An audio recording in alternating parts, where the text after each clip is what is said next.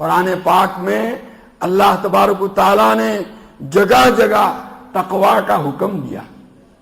یا ایھا الذین آمنوا اتقوا اللہ وکونوا مع الصادقین یا ایھا الناس اتقوا ربکم الذی خلقکم من نفس واحدہ.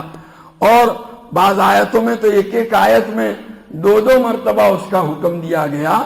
اور جب کسی چیز کا حکم دیا جاتا ہے تو اس چیز کا کرنا فرض اور ضروری ہو جاتا ہے. یہ تقوی کا لفظ عام طور پر ہم اور آپ جو سنتے ہیں نا تو ہمارے ذہنوں میں ایک بہت بڑی غلط فہمی بیٹھی ہوئی ہے.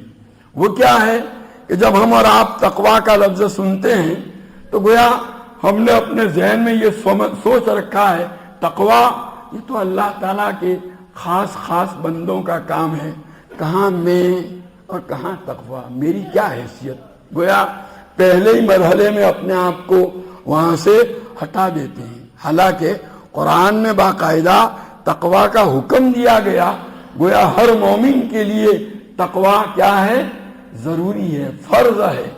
یہ کوئی مستحب چیز نہیں ہے کہ بھئی کرو تو اچھا نہ کرو تو نہیں.